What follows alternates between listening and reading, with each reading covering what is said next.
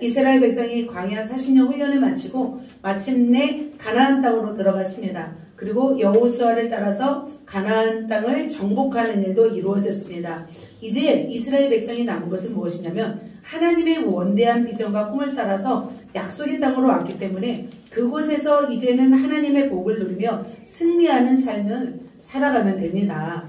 그런데 이들의 삶은 과연 어땠을까요? 이렇게 요단강을 건너고 또 여리고성을 파쇄하고 목파시키고 또 아이성을 침투하고 그래서 땅 분배까지 마쳤음에도 불구하고 이들은 어떻게 살았냐면 실수, 패배, 그리고 어떻게요? 하나님의 원하는 기대에 빗나간 삶을 살았습니다.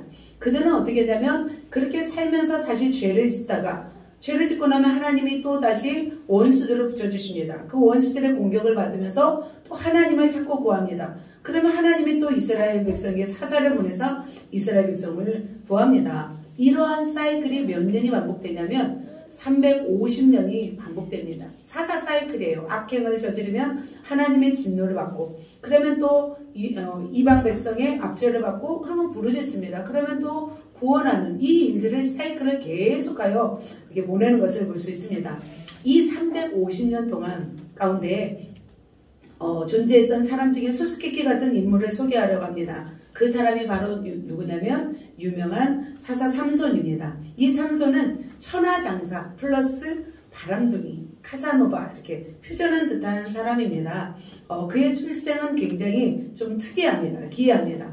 다른 사사들하고 달라요. 삼손의 태어남은 여호와의 사자가 와서 예언하는 것을 볼 수 있습니다. 그러니까 특별한 하나님의 은총에 의해서 태어났던 사람이 바로 사사였습니다. 그는 하나님의 성령에 의해서 어떤 감동이 될 때마다 하나님의 어떤 큰 힘이 임합니다. 어떤 괴력을 가지고 하나님의 뜻을 이루는 그런 사람이었습니다. 뿐만 아니라 그는 하나님께 초자연적인 섭리를 구할 때마다 하나님께서 그것을 들어주는 것을 볼 수 있습니다. 갑자기 물샘이 터지기도 하고 막 신전의 기둥이 막 무너지기도 하는 그런 놀라운 역사들이 있었습니다. 독특한 점은 뭐냐면 그는 혼자 나가서 싸워요. 모든 사사들은 군사들과 함께 가서 싸우잖아요. 기드온도 마찬가지로 300명과 나아가서 싸우잖아요. 그럼에도 불구하고 삼손은 혼자 전쟁터에 나가서 적들을 물리치는 강력한 전쟁의 영웅이기도 하였습니다. 그러나 그에게는 뭐가 있었냐면 아킬레스건과 같은 어떤 약점이 있었습니다. 치명적인 약점이 있었습니다.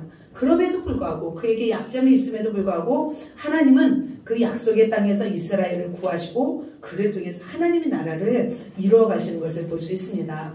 자, 우리가 많은 인물을 제가 말씀을 통해서 나누었습니다. 다니엘도 나눴고 요셉도 나눴고 다윗 많은 위대한 사람들을 나누었지만 그 사람을 통해서 배울 것들을 우리는 장점들을 통해서 배웠습니다. 그러나 오늘은 삼손의 무엇을 통해서 배우냐면 단점들을 보면서 그렇게 살면 안 되지 라는 것을 오늘 배우게 될 것입니다. 좀 여러분 조금 이제는 자존감이 더 회복될 수 있습니다. 이제는 계속 주눅 들었잖아요. 요셉을 보면서 주눅 들고 다니엘을 보면서 주눅 들었다면 오늘 삼손을 보면서는 조금 주눅 들 것이 아니라 와 저렇게 살면 안 되지 라는 것을 통해서 여러분 배울 것입니다. 자, 삼손의 삶이 어떠했는지 그의 행적을 살필 것입니다. 그를 통해서 하나님의 기이한 일들을 통하여서 하나님을 또 알아갈 것입니다. 그리고 치명적인 약점을 통해서 실패하는 삶을 통해서 우리가 받아야 할 교훈이 무엇인지를 우리가 깨닫고 적용하는 시간 되었으면 좋겠습니다. 그래서 그의 실패한 삶이 어떤 삶이었는지 보고 우리가 배울 점 2가지만 여러분께 나누어 드리도록 하겠습니다.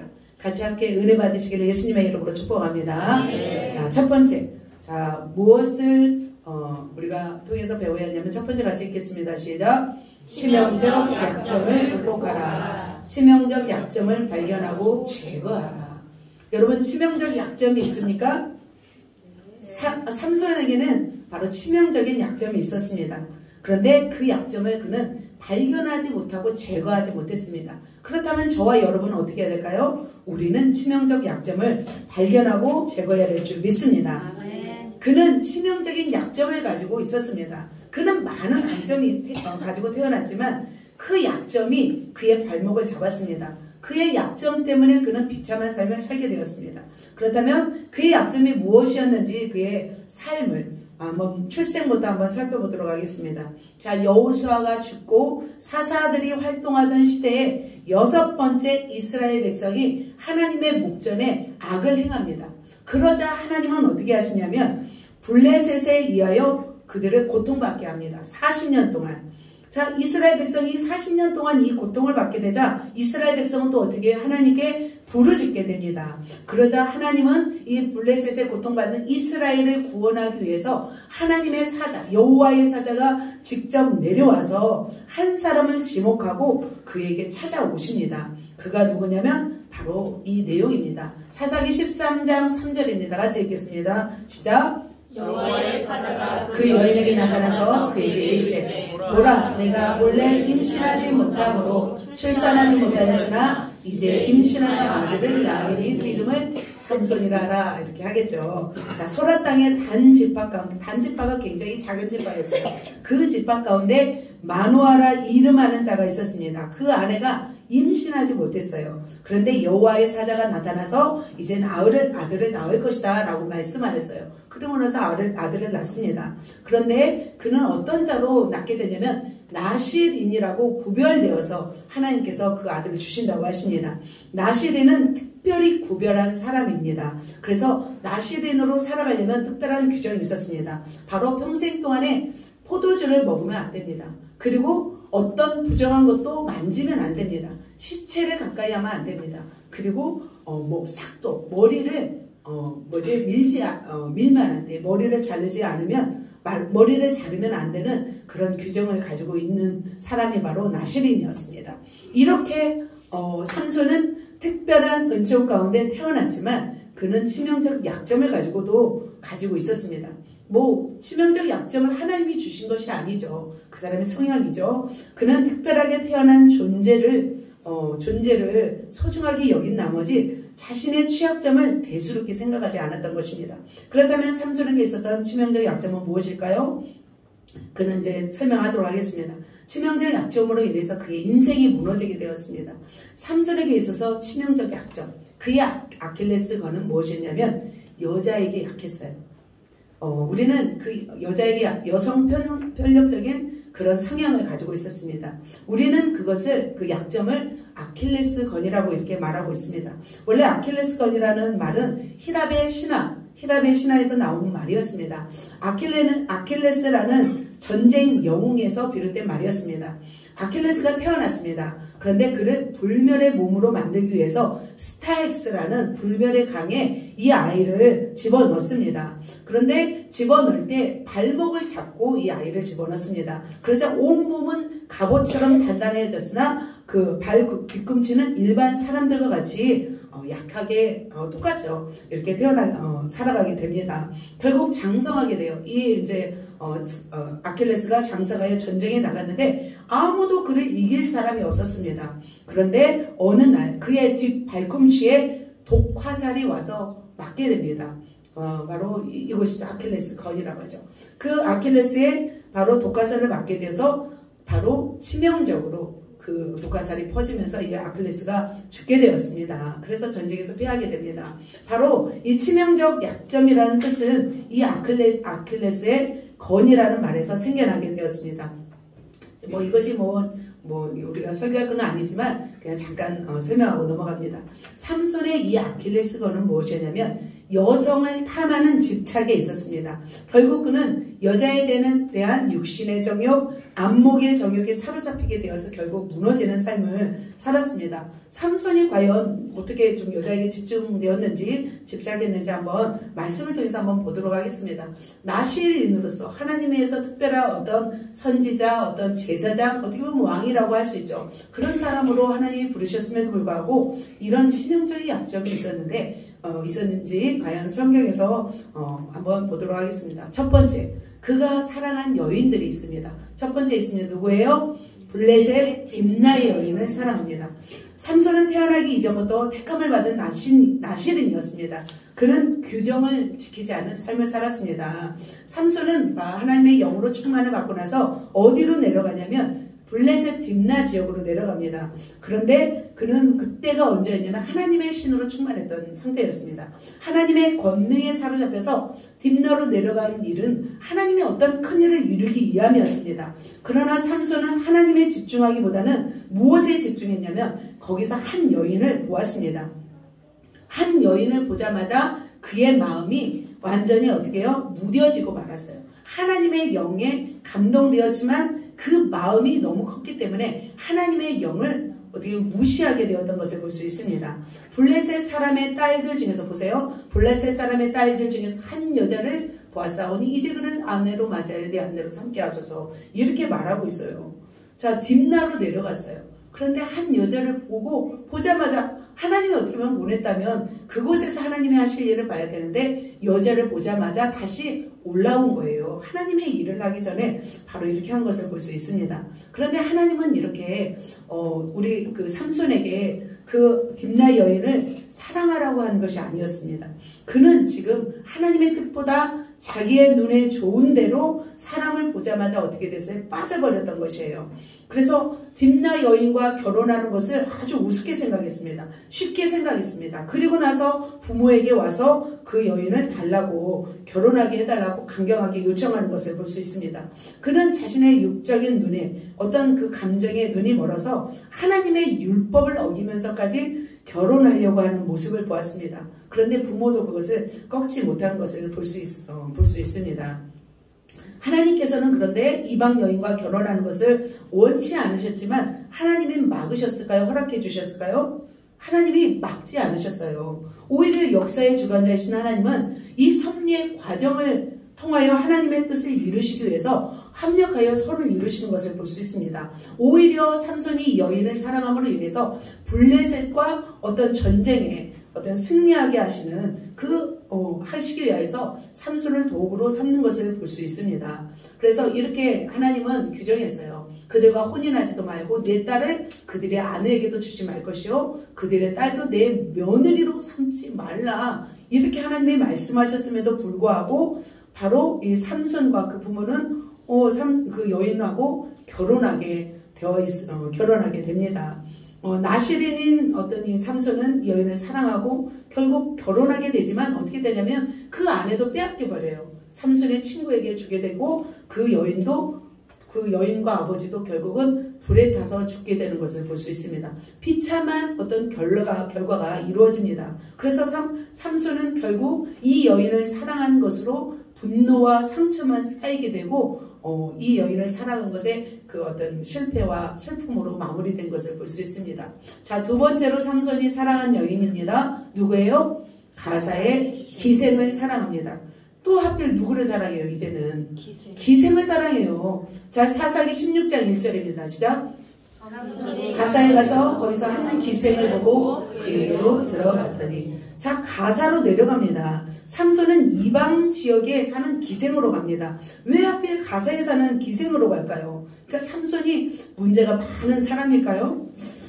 나시린이 이러면 사실 안 되죠.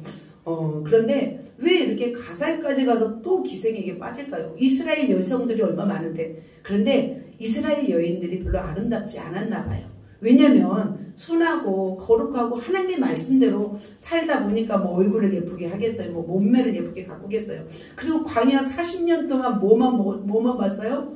그냥 고통받고 그냥 매출하게 만나 먹으면서 옷도 뭐 입었겠어요? 뭐 화장을 했겠어요? 그런데 이 가사 블레셋 사람들은 어떻게 했어요? 정말 뭐 이렇게 육체적으로나 뭐 외모적으로나 출중했겠죠. 그러니까 삼손이 가서 이쪽으로 간 거죠.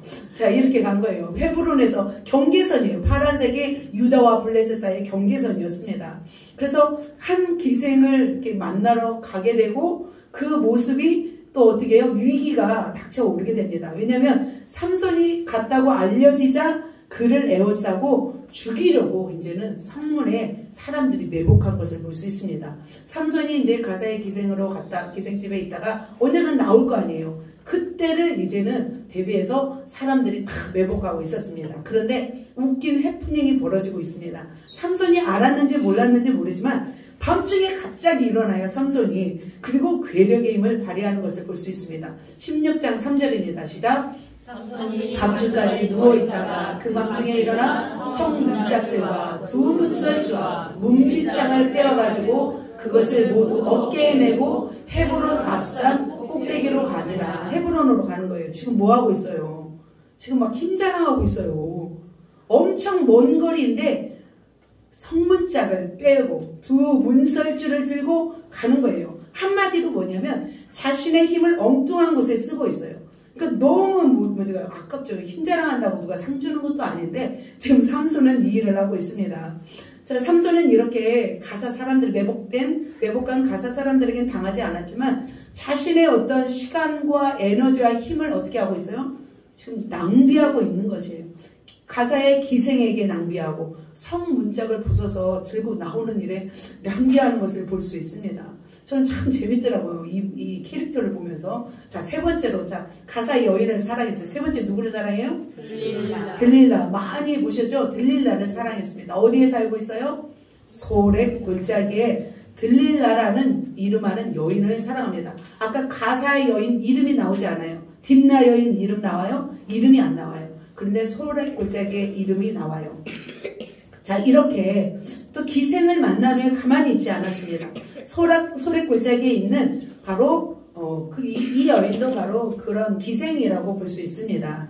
기생집을 출입하다가 어떤 생명의 위협을 받았음에도 불구하고 이제는 블레셋 땅으로 가서 이제 여기가 이제 소렉 골짜기죠. 블레셋 지역으로 가서 또 사랑에 빠지는 거예요.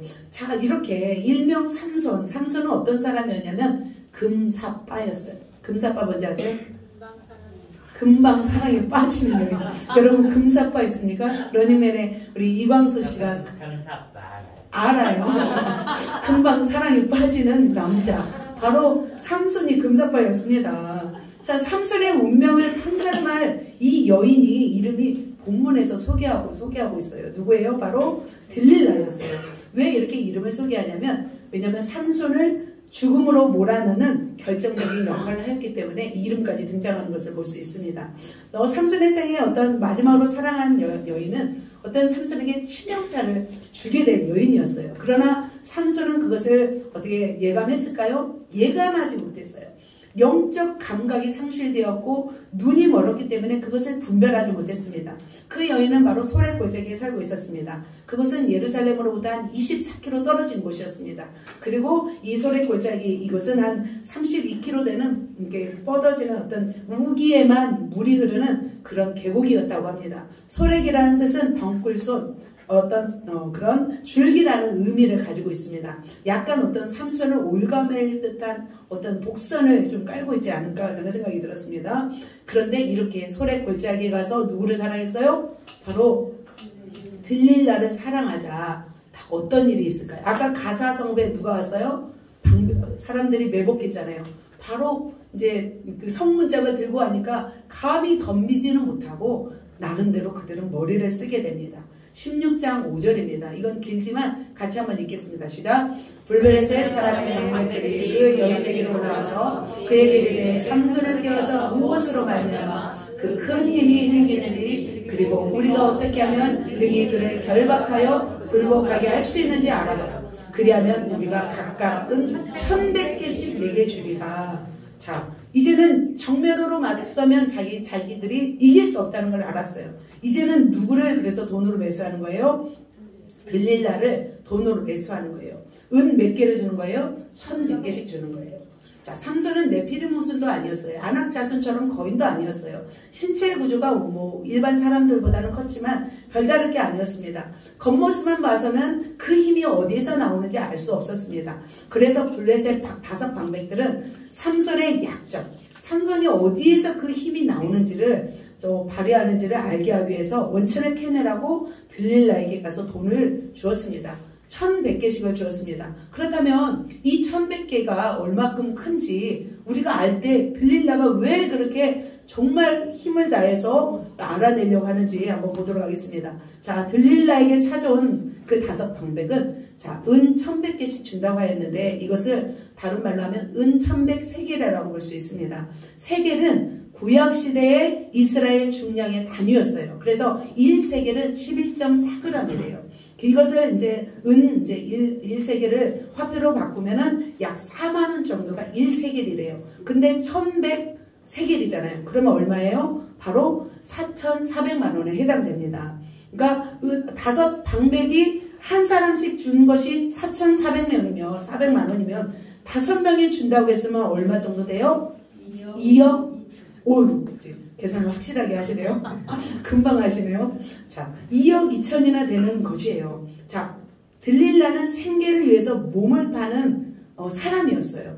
그런데 이 들릴라가 이것만 하면 얼마를 받아요? 2억의 돈을 받는다면 너무나 풍성한 액수였습니다.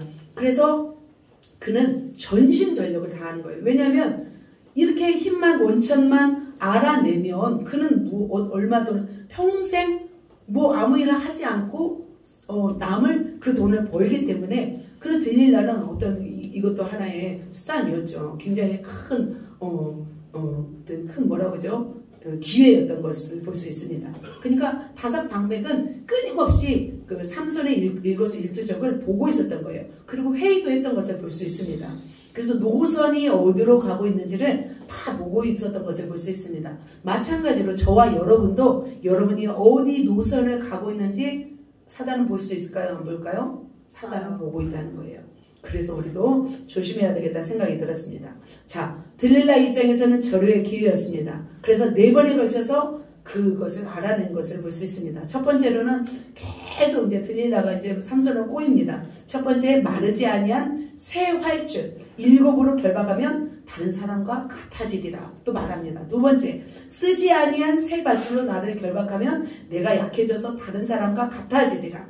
그래도 이제 안 되죠. 세 번째, 머리털 7가닥을 바로 배틀의 날실과 섞어 짜게 되면 내 힘이 약해져서 일반 사람과 같아지리라. 이렇게 거짓말을 계속했습니다. 이렇게 계속해서 거짓으로 알려주자 이제는 들릴라가 이제 계속해서 재촉해서 조릅니다. 그러자 삼손이 번뇌하여 죽을 지경까지 이르게 되었습니다. 왜냐하면 들릴라도 이제는 막 올인을 해야 되잖아요. 온 힘을 다해서 그것을 알아내려고 했어요. 돈 2억 2천을 벌 기회였기 때문입니다. 여러분 같았으면 안 그랬을까요? 저 같았어도 했을 것 같다는 생각이 듭니다.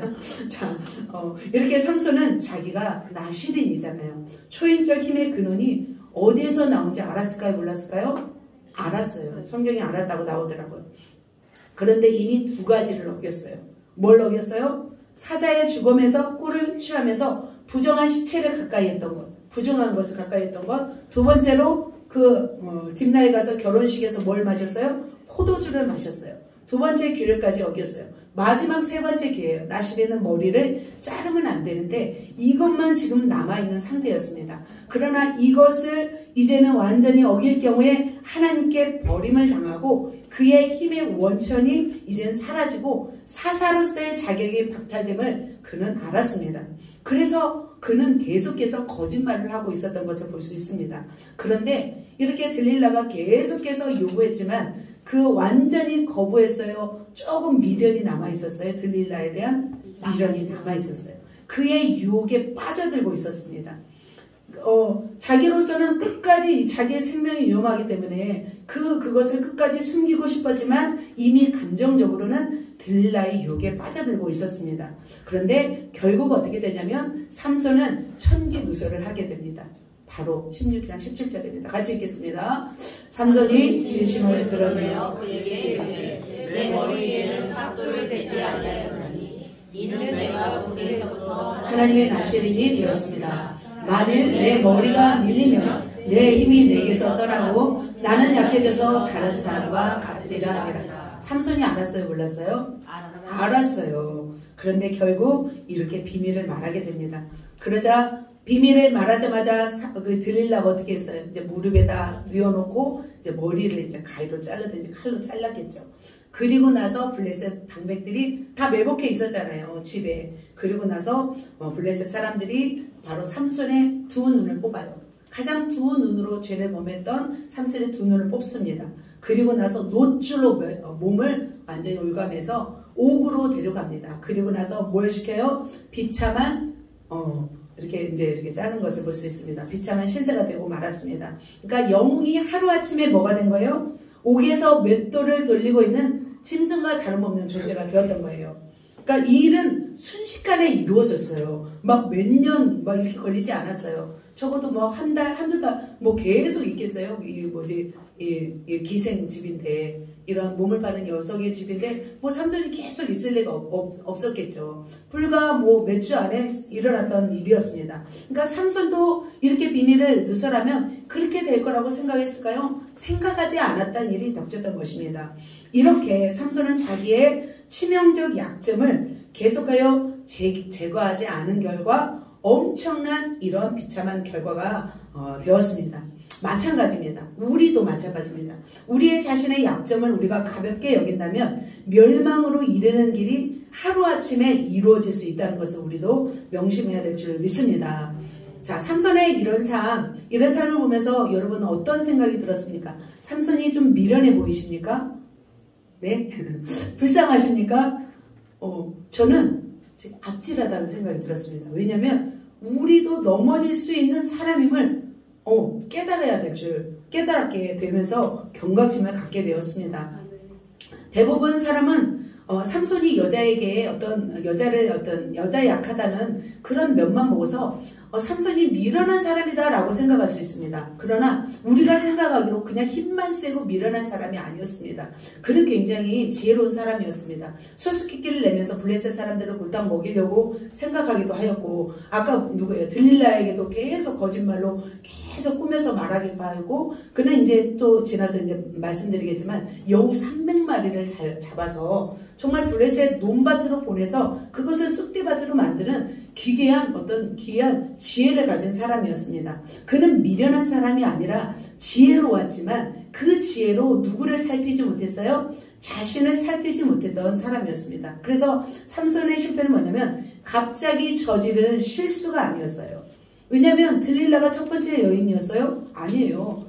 성경에는 나오지 않았지만 계속 있었을 수도 있어요. 그잖아요. 삼손이 남자인데 그냥 특별한 어떤 경우만 지금 나왔겠지 더 많았을 수도 있습니다. 이미 2번이나 이방 여자를 만나고 좋지 못한 결과를 이렇게 체험했음에도 불구하고 이 체험을 통해서 이방 여자를 만나지 말아야 된다는 이런 교훈을 받았음에도 불구하고 어떻게 해요? 이방 여인을 가까이 하는 것을 볼 수 있습니다. 바로 그 교훈을 어떻게 해요? 가볍게 여긴 탓에 그는 비참한 결과를 가졌습니다. 바로 하나님이 명하신 율법, 하나님이 명하신 말씀대로 살기보다는 내 마음대로, 내 육신대로 하고 싶은 열망이 그에겐 더 컸기 때문에 이런 비참한 결과가 이루어진 것을 볼 수 있습니다. 그로 인해서 받은 피해는 얼마큼 커요? 말로 할 수 없을 만큼 어마어마한 피해를 받게 되었어요. 사람이 아닌 짐승처럼 완전히 모두 맷돌을 들린 신세가 되는 것을 볼 수 있습니다. 마찬가지입니다. 사람마다 우리에게는 연약함이 있습니다. 우리에게는 아킬레스건이 있을 수 있습니다. 우리가 하나님의 사랑을 받는다고 해서 삼손도 지금 누구였어요? 하나님의 사사였어요. 우리가 가지고 있는 약점을 우습게 봐서는 안 될 줄 믿습니다. 우리의 강점을 통해서 하나님께 영광을 돌리잖아요. 그러나 우리의 약점을 통해서 하나님의 영광을 가리기도 하는 것을 볼 수 있습니다. 삼손의 강점을 통해서 하나님께 영광을 돌렸습니다. 그러나 삼손의 약함을 통해서 하나님의 영광을 가리는 것을 볼 수 있습니다. 그래서 우리는 우리의 자신을 아주 냉철하면서도 지혜롭게 면밀히 살펴봐야 될 줄 믿습니다. 내 안에 치명적인 약점이 무엇인지 살피고 그것을 제거하고 절제하고 우리는 극복해야 될 줄 믿습니다. 그것 때문에 우리가 하나님과의 관계가 멀어진다면 그것을 어떻게 당장 끊어내야 될 줄 믿습니다. 네. 자, 오늘 저와 여러분 오늘 이 말씀을 들은 여러분에게 있는 가장 취약점을 인정하고 그것을 끊어내시기를 예수님의 이름으로 축복합니다. 네. 그렇게 될 때 하나님과의 관계도 더 아름다워지고 여러분을 통해서 하나님의 영광 받으실 줄 믿습니다. 네. 자, 그렇다면 여러분이 간과하고 있는 하나님의 치명적인 약점 무엇입니까? 아름다운 동안 피부를 가지셨습니까? 아니면 화려한 어떤 입담을 가지고 있습니까? 각자마다 때로는 나의 장점일 수 있는 것이 때로는 그것이 약점이 될 수도 있습니다. 오늘 셀 모임 가운데 여러분이 그것들을 면밀하게 한번 살펴보시면서 그것들을 제거해 나가시는 시간 되시기를 예수님의 이름으로 축복합니다. 아멘. 두 번째입니다. 삼손을 통해서 배워야 할 두 번째 교훈입니다. 같이 읽겠습니다. 주신 능력을 100% 사용하라. 효율적으로 사용하라. 이것입니다. 자, 삼손은 자신에게 주신 능력을 주님을 위해서 온전히 사용했나요? 효율적으로 사용했을까요? 사용하지 않았습니다. 바로 우리 삼손을 통해서 배울 것은 뭐냐면 우리의 인생에 있어서 우리의 황금기가 있습니다. 이 황금기를 누구에게 드리는 삶을 살아야 할까요? 하나님께 드리는 삶을 살아야 될 줄 믿습니다. 삼손은 하나님이 주신 능력을 제가 보니까 10%도 사용하지 못하고 간 사람이더라고요. 그리고 전성기 때 어떻게 했어요? 자신의 가장 전성기 때 여자에게 빠져서 살았습니다. 그 전성기 힘이 그냥 10대 20대 30 늙어 죽을 때까지 그 힘이 있을 거 아니에요. 그런데 그렇게 많지 않은 삶을 살고 간 사람이 바로 삼손이었습니다. 우리가 가장 전성기 때 우리도 주님을 위해 살아가야 될 줄 믿습니다. 여러분 지금 전성기십니까? 그 나이가 전성기 때 드리는 거예요. 20대가 전성기일 수도 있고 50대가 전성기일 수 있어요. 권사님 50대 지금 전성기잖아요. 전성기를 주님께 드리시길 예수님의 이름으로 축복합니다. 가장 황금기인 시간에 다 소진하고 다 늙어서 힘이 없을 때 이제 주님을 위해서 살아야지 하면 그때 사라집니까? 저는 가장 안타까운 것이 우리 어머니가 친정 엄마가 맨날 60부터 주님께 일하신다고 하는 거예요. 60부터 무슨 60대부터 무슨 일하나 했는데 60대 돌아가시더라고요. 결국은 너무 가지고 저는 비참했어요. 그 50대 엄청난 능력을 받고 힘을 받고 은사를 받았을 때 그때 주님을 위해서 살았으면 저희 자손들이 얼마나 지금 성공하고 하나님께 영광 돌리겠어요. 그것을 못하시고 가시는 바람에 너무 안타까웠습니다. 지금 삼손은 그처럼 하나님께서 힘을 주셨을 때 그 힘을 써야 되는데 그 힘을 아껴놓고 발휘하지 못했어요. 그리고 인생에 있어서 크게 몇 번밖에 사용하지 못하고 간 것을 볼 수 있습니다. 그리고 두 눈을 뽑히고 맷돌 갈다가 또 그 두 눈을 뽑은 블레셋에 복수하기 위해서 마지막 힘 한 번 쓰고 간 것을 볼 수 있습니다. 제가 생각할 땐 너무나 아쉬운 거예요.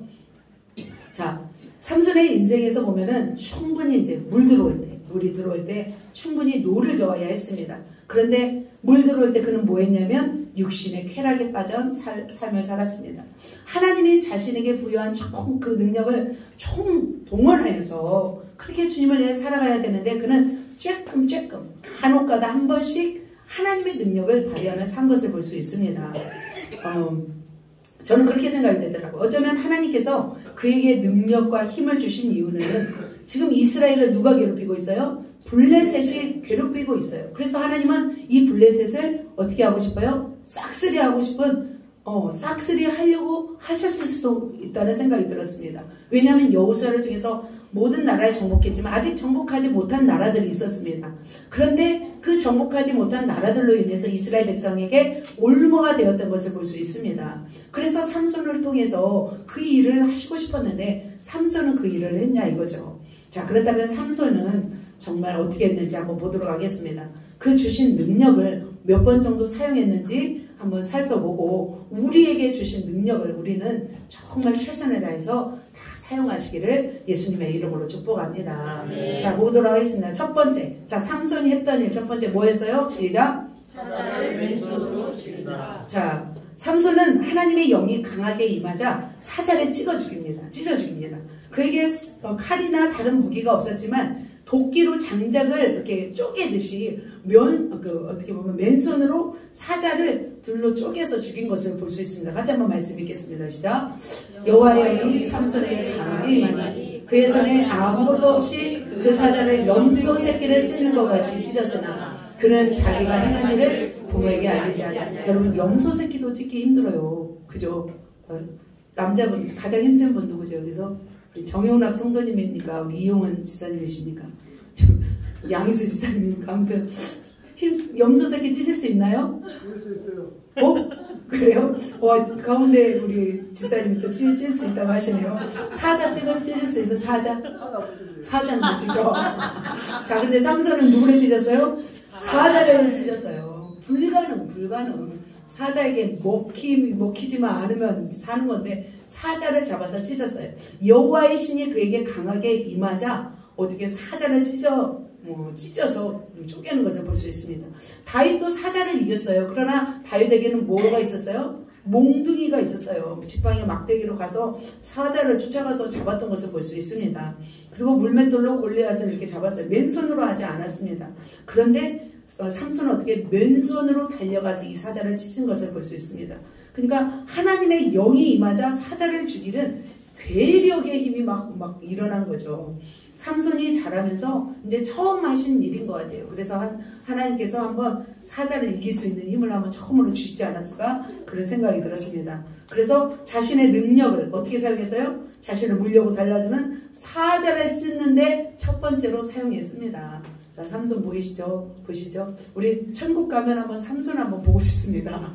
이야기를 한번 듣고 싶습니다. 성경이지만. 자, 이렇게 사자를 찢어 맨손으로 죽인 때가 바로 딥나에서 일어난 일입니다. 딥나로 누구를 만나러 갈 때, 자기 아내를 만나러 갈 때 바로 사자를 찢는 사건이 있었습니다. 자, 두 번째 사건입니다. 두 번째 사건은 자, 아스글론에 가서 배우 30벌을 얻는 사건입니다. 이 사건은 14장 13절에 나와 있습니다. 삼손은 블레셋에 사는 딥나 여인을 사랑했습니다. 결혼의 승낙을 받고 그의 부모와 함께 딥나에 내려가서 그 아내를 맞이합니다. 그 과정 가운데 이제 사자를 만났겠죠. 그리고 나서 잔치를 베풉니다. 삼손은 그곳의 풍속을 따라서 잔치를 하면서 뭘 내냐면 문제를 내요. 수수께끼 문제를 냅니다. 그래서 그 수수께끼 문제를 맞추면 내가 베옷 30벌과 겉옷 30벌을 주리니 이렇게 말하고 있어요. 그러나 맞추지 못하면 어떻게 하래요? 너희들이 나에게 베옷 30벌과 겉옷 30벌을 주어야 하리라 이렇게 말하고 있습니다. 자, 그래서 삼손은 수수께끼를 냅니다. 어떤 문제를 냈냐면 먹는 자에게서 먹는 것이 나오고 강한 자에게서 단 것이 나왔느니라. 그러면서 먹는 것은 무엇이고 강한 자는 무엇이냐는 문제죠. 결국 뭐예요? 자기가 아까 죽인 사자 그리고 돌아가서 먹었던 꿀이 그 속에서 나왔던 꿀을 맞추라는 거예요. 자기가 뭐 했게? 라는 거죠. 내가 지금 하고 왔는데 내가 지금 뭐 하고 할게? 이렇게 물어보는 거죠. 그러면서 힌트를 준 거예요. 뭐예요? 먹는 자에게서 먹는 것이 나온다. 사자에게서 뭐 꿀이 나온다. 강한 자에서 단 것이 나왔다. 그러니까 사자와 벌꿀을 맞추는 문제였습니다. 그런데 블레셋 사람들이 이걸 알아요? 몰라요? 뭐죠? 그렇죠. 어제 우리 지휘지사님이 뭐 했는지 우리가 어떻게 알아맞히냐 이거죠. 힌트를 준다면 조금 알아맞힐 수도 있겠지만 그런 문제를 지금 삼손이 내고 있습니다. 그러자 블레셋 사람들이 지금 베옷 30벌을 갖다 주려면 아까워요? 안 아까워요? 아깝잖아요. 그래서 어떻게 하면 문제를 알아맞힐 수 있어요? 그의 아내, 삼손이 사랑하는 아내를 닥달하는 거죠. 어떻게 닥달하냐면 수수께끼의 답을 알려주지 않으면 너와 너의 아비 집을 내가 불사르리라. 그러니까 블레셋 사람들은 되게 강하고 악했던 사람들이었어요. 독한 사람들이었어요. 실제로도 불살라 버리거든요. 그러자 결국 아내는 삼손에게 답을 알려달라고 애걸복걸하는 거예요. 울면서. 그러자 어떻게 해요? 삼손이 그 아내에게 수수께끼 답을 알려줍니다. 그러자 블레셋 사람들이 그 답을 말하자 삼손이 이제는 어떻게 되었어요? 30벌을 이제는 얻기 위해서 어떻게 그곳에 30벌을 얻기 위해서 아스글론으로 내려가는 것을 볼 수 있습니다. 그 아스글론으로 내려가서 바로 이제는 사람들을 쳐서 죽이고 옷을 누락합니다. 같이 읽겠습니다. 시작. 여호와의 영이 삼손에게 갑자기 임하시매 삼손이 아스글론에 내려가서 그곳 사람 30명을 쳐 죽이고 노력하여 수수께끼 푼 자들에게 옷을 주고 심히 노하여 그의 아버지 집으로 올라갔고 참 쓸데없는 일을 진짜 삼손이 이렇게 하고 있습니다. 자, 갑자기 그러나 하나님은 어떻게 해요? 하나님의 영이 삼손에게 임하니까 아스글론 사람을 몇 명을 죽여요? 30명을 죽여요. 그리고서 입었던 베옷과 겉옷을 뺏어서 바로 그 결혼식장에 있었던 30명에게 준 것을 볼 수 있습니다. 그리고 나서 화가 났잖아요. 삼손이 화가 나서 집으로 올라가 버려요. 그리고 그 아내도 내팽개 쳐버리고 가버린 것을 볼 수 있습니다. 그리고 나서 이 아내가 이제 어떻게 죽게 되는 일이 있습니다. 자, 삼손은 이렇게 두 번째 일을 행했습니다. 세 번째 사건. 자, 이 사건이 정말 기이한 사건입니다. 무슨 사건일까요? 여우 300마리 사건이 있습니다. 자, 30벌을 주고 난 뒤에 심히 노하고 아버지 집으로 올라갔다가 한참이 지나서 염소 새끼 하나를 데리고 이제는 아기 염소를 가지고 딥나에 사는 그의 아내로 갑니다. 그런데 그의 장인은 그의 아내 되었던 사람을 어떻게 친구의 아내로 줘버립니다. 그러자 삼손이 화가 납니다. 화가 나서 어떤 독특한 일을 하냐면 여우 300마리를 잡습니다. 그리고 두 꼬리를 묶습니다. 그리고 두 꼬리 사이에 횃불을 달고 그것을 블레셋의 곡식밭에 다 보내는 것을 볼 수 있습니다. 자, 15장 4절에서 5절 보면은 여우 300마리를 붙들어서 그 꼬리와 꼬리를 메고 회를 가지고 그 두 꼬리 사이에 회 달고 회를 불에 붙이고 그것을 블레셋 사람의 곡식밭으로 몰아들여서 이렇게 사르는 것을 볼 수 있습니다. 자, 한꺼번에 여우 300마리를 잡아서 밭으로 이제 보내지는 않았겠지만 300마리 잡기 쉬워요? 어려워요? 어려워요. 여우 잡아본 적 있어요, 여러분? 여우? 여우는 워낙 영리해서 단순한 덫으로 잡기 힘들대요. 그리고 100m를 몇 초에 뛰는지 아세요? 여우가 5초예요. 굉장히 빠른 동물이 바로 여우라고 합니다. 여우를 잡으려면 이게 귀엽잖아요. 여우를 잡으려면 어떻게 잡아야 하냐면 여우와 다니는 길에 2m의 벽을 세운대요. 그리고 먹이를 준대요. 그러면 여우가 한참 있다 와서 처음에는 안 온대요. 사람 냄새가 있어서. 그러면 한참 있다 와서 싹 물고 간대요. 그리고 한참 지나서 그 옆에다 벽을 하나 또 세운대요. 아까 여기다 세우고 그리고 아까 거기에다가 또 먹이를 더 많이 준대요. 그러면 또 한참 있다가 와서 먹이만 물고 간대요. 그리고 또 시간이 지나면 이 세 번째 칸에다 또 벽을 2m를 세운대요. 그리고 나서 먹이를 또 몽땅 주면은 여우가 또 살피 한참 있다가 와서 이 먹이를 문대요. 그리고 나서 또 주고 그러고 나서 문을 달아서 내려서 그때서야 여우를 잡는다고 합니다. 입구를 막아서. 이렇게 잡기 힘든 여우를 몇 마리 잡았어요? 지금 삼손이 300마리 잡았어요. 그리고 2마리씩 꼬리를 묶어요. 또 정말 힘을 정말 엉뚱한 데 쓰고 있습니다. 그리고 농밭을 다 태워요. 그냥 자기가 가서 횃불을 그냥 던지지. 또 여우를 잡아서 그렇게 묶고 하는 사람, 이렇게 하는 사람 보면서 정말 이 사람은 기상천외한 사람이다 라는 생각이 들었습니다. 그러니까 여우를 잡았다는 것은 우리 상상으로는 할 수 없는 일이죠. 그렇게 삼손은 지금 자신의 힘을 발휘해서 정말 그것을 쑥대밭으로 만드는 일을 하였습니다. 그래서 보면은 삼손은 힘만 센 것이 아니라 지혜도 탁월했어요. 머리도 좋았던 것을 볼 수 있었습니다. 이렇게 여우 300마리 사건이 있었습니다. 이렇게 잡았던 것이죠. 자, 블레셋 여우 사건 이렇게 되었습니다. 자, 회를 붙이고 사른지라. 자, 네 번째 사건입니다. 네 번째 사건 같이 읽습니다. 나귀의 턱뼈로 1,000명을 죽입니다. 자, 이렇게 여우의 공격을 받은 블레셋 사람들이 이젠 유다로 올라가요. 그러니까 막 벌집을 쑤셔 놓은 거죠. 한마디로 말하면 이 삼손이 그러자 이제 블레셋 사람들이 유다로 올라와서 어떻게 하냐면 지배를 그 당시에는 블레셋의 지배를 받고 있었잖아요. 그러자 유다에게 뭐라고 하냐면 삼손만 내놔라. 너희들은 건들지 않겠다 하자 유다인 몇 명이 올라오냐면 3,000명이 와요. 유다 사람 3,000명이 와서 삼손을 이제 설득해서 삼손만 보내줍니다. 자, 블레셋 사람에게 삼손을 내어주자 하나님의 영이 갑자기 임합니다. 유다에 올라왔죠. 14절을 보면은 있습니다. 자, 이렇게 같이 읽습니다. 시작. 삼손이 레이의 이름에 블레셋 사람들이 그에게로 마주 나가며 소리 지를 때 여호와의 영이 삼손에게 갑자기 임하심에 그의 위에 아주 불타는 산과 같이 그의 멸망되었던 손에서 떨어진지라. 자, 그렇습니다. 이렇게 해서 떨어지면서 갑자기 성령님이 임하십니다. 그리고 나서 어떤 일이 일어나냐면 삼손이 나귀토뼈, 이게 나귀토뼈예요. 나귀토뼈를 손에 잘 내밀고 그것으로 블레셋 사람 몇 명을 죽이냐면 1,000명을 죽여요. 갑자기 막 힘이 많은 이게 나귀토뼈 이거 하나로 가지고 어떻게 죽였을까? 제가 생각에는 머리만 때렸을 것 같아요. 그죠? 다른 몸을 때렸으면 안 죽잖아요, 사람이. 와, 그러니까 머리만 때려 죽이지 않았을까? 그러면 얼마나 힘이 세야 돼요? 머리가 쉽게 깨져요? 안 깨지잖아요. 근데 이 나귀토뼈로 이렇게 하는 것을 볼 수 있습니다. 자, 엄청난 힘이 누구에게 임했냐면 삼손에게 임했습니다. 그러면서 이 전쟁에서 이기게 됩니다.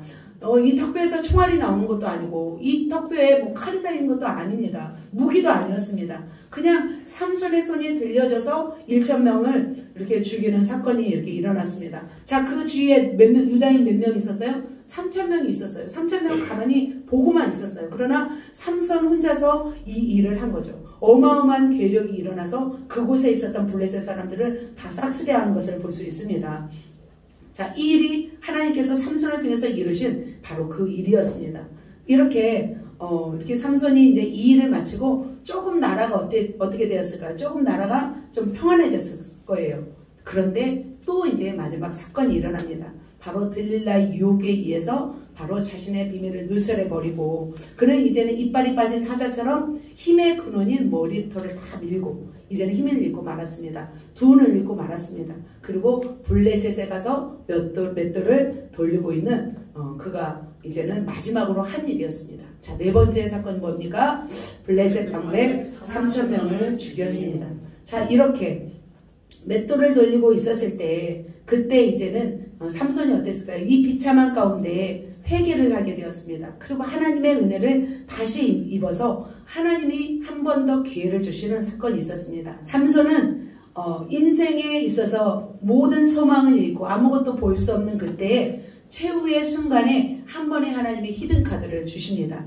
자, 온 백성들이 다곤 신전에서 제사하고 있을 때 맷돌을 돌리고 있을 때 바로 끌려 나옵니다. 삼손이 끌려 나와서 그때 한번 부르짖습니다. 자, 삼손이 마지막 부르짖음 같이 한번 읽겠습니다. 시작. 삼손이 여호와께 부르짖으되 주 여호와여 구하옵나니 나를 생각하옵소서. 하나님이여 구하옵나니 이번만 나를 강하게 하사 나의 두 눈을 뺀 블레셋 사람에게 원수를 단번에 갚게 하옵소서. 이렇게 마지막 하나님께 고백합니다. 그리고 나서 하나님의 어떤 강력한 히든카드, 그 힘을 발휘해서 다곤 신전을 무너뜨리게 됩니다. 다곤 이렇게 맷돌을 갈고 있죠. 그리고서 간절히 할 때 이것을 확 이렇게 무너뜨리려고 하고 있습니다. 참으로 어리석고 불쌍하면서도 위대한 사람, 바로 삼손이 마지막 히든카드를 꺼내어서 다곤 신전에 있는 몇 명을 죽이냐면 바로 3,000명이나 되는 이는 이방 사람들을 죽이고 그리고 자신도 죽습니다. 이렇게 삼손은 마지막 힘을 다하여서 히든카드를 꺼내서 바로 블레셋으로부터 유다를 구하고 생을 마감하게 되었습니다. 자, 이렇게 삼손이 인생 가운데 힘을 썼던 것을 볼 수 있습니다. 여러분, 이런 삼손을 보면서 여러분은 무엇을 느끼셨습니까? 참 슬프지 않나요? 참 슬프기도 하고 안타깝습니다. 삼손에게 주신 힘과 능력은 놀랄만하고 어마어마했습니다. 저런 막 괴력을 발휘했던 것을 볼 수 있습니다. 뭐 비슷한 캐릭터가 있으면 토르가 있죠. 근데 토르는 망치를 사용해서 그 힘을 발휘했다면 바로 삼손은 아무런 힘이 없이 그냥 아무런 도구 없이 맨 힘으로 저런 걸 쓰러뜨린 것을 볼 수 있습니다. 그러나 삼손은 이렇게 하나님께서 많은 힘을 주셨지만 이 힘을 많이 사용하지는 못했습니다. 그 세월 동안에 쓸데없는 시간들을 많이 낭비하며 살았던 것을 볼 수 있습니다. 하나님이 그에게 주신 것은 그를 통해서 하나님의 놀라운 일들을 이루시기 위함이었습니다. 그러나 고작 했던 것은 1,000명 죽인 사건, 그리고 여기서 다곤 신전 무너뜨린 사건, 그리고 배우 30벌 말고는 성경에 기록된 것이 없습니다. 어떻게 보면 그를 통해서 이 블레셋을 완전히 무너뜨릴 수도 있었을 수도 있습니다. 그런데 사용하지 않고 그냥 마지막 히든카드 꺼내어서 쓰고 죽었던 것을 볼 수 있습니다. 자, 이렇게 삼손이 죽었던 곳입니다. 다곤 신전에서 삼손이 죽었습니다. 가사 지역이죠. 자, 그렇다면 오늘을 살고 있는 저와 여러분은 삼손처럼 살고 있지는 않는지요? 여러분은 어떠한지요? 우리에게 주신 하나님의 능력을 마음껏 발휘하고 있는지요? 하나님으로부터 받은 능력과 은혜를 하나님의 나라를 위해서 사용해야 하는데 세월을 낭비하고 있지는 않은지요? 여러분의 황금기 같은 시간을 어떤 나의 정욕과 나의 유익을 위해서 쓰고 있지는 않은지요? 그렇다면 우리는 어떻게 해야 될까요? 우리에게 주신 이 소중한 인생, 나의 전성기, 나의 황금기를 어떻게 주님께 드려서 우리는 후회 없는 삶을 살아야 될 줄 믿습니다. 어떤 분이 있었습니다. 이분을 보면 참 안타까웠습니다. 그분은 자신에게 엄청난 보아, 하나님의 어떤 능력을 주시려고 준비하고 계셨어요. 그런데 그분은 그것에 관심이 없었어요. 그분의 관심은 무엇이냐면 자신을 높이는 일, 자신의 업적을 자랑하는 일, 지금까지 한 일에 대해서 만족하고 있었고 오히려 하나님이 주시고자 하는 은사는 관심이 없었어요. 오히려 다른 사람이 받은 은사와 능력은 그 받은 자에 대한 질투와 시기심 때문에 그것 때문에 어떤 어리석은 모습을 하고 있는 모습을 저는 본 적이 있었습니다. 마찬가지입니다. 저와 여러분도 마찬가지입니다. 여러분에게 주신 은사와 달란트는 어마어마합니다. 남들이 받은 것에 대해서 부러워하지 않으셔도 됩니다. 그렇다면 우리는 어떻게 해야 될까요? 우리에게 주신 이 능력을 효율적으로 시간과 능력을 발휘하면서 살아가야 될 줄 믿습니다. 이 마지막 때를 살아가는 우리는 지금 어떤 싸움을 하고 있냐면 시간 싸움을 하고 있어요. 지금 시간을 헛되게 보내서는 안 된다는 거예요. 굉장히 이 시간들이 굉장히 소중합니다. 얼마나 바쁜지 모릅니다. 하나님이 이 시간을 아끼라고 합니다. 세월을 아끼라고 합니다. 우리는 이 마지막 때를 살아갈 때 어떻게 살아가야 되냐면 정말 이 피를 토하는 심정으로 우리에게 주신 에너지와 힘을 다 사용하고 주님을 위해서 생을 마감하기까지 우리는 전력 질주를 해야 될 줄 믿습니다. 우리의 부르심은 뭐냐면 순교적인 부르심이에요. 그래서 순교적인 삶을 사는 거예요. 표대를 위해서 달려가는 삶을 저와 여러분에게 하나님은 원하십니다. 그래서 우리의 힘을 모아서 다른 곳으로 흘러가지 않도록 시간을 낭비하지 않고 정말 아껴서 주님을 위해서 우리에게 주신 능력과 우리에게 주신 힘을 정말 주님께 올려드리시기를 예수님의 이름으로 축복합니다. 그런 모든 사람이 되시기를 예수님의 이름으로 축복합니다. 우리의 삼손을 통해서 우리가 배웠습니다. 두 가지를 배웠습니다.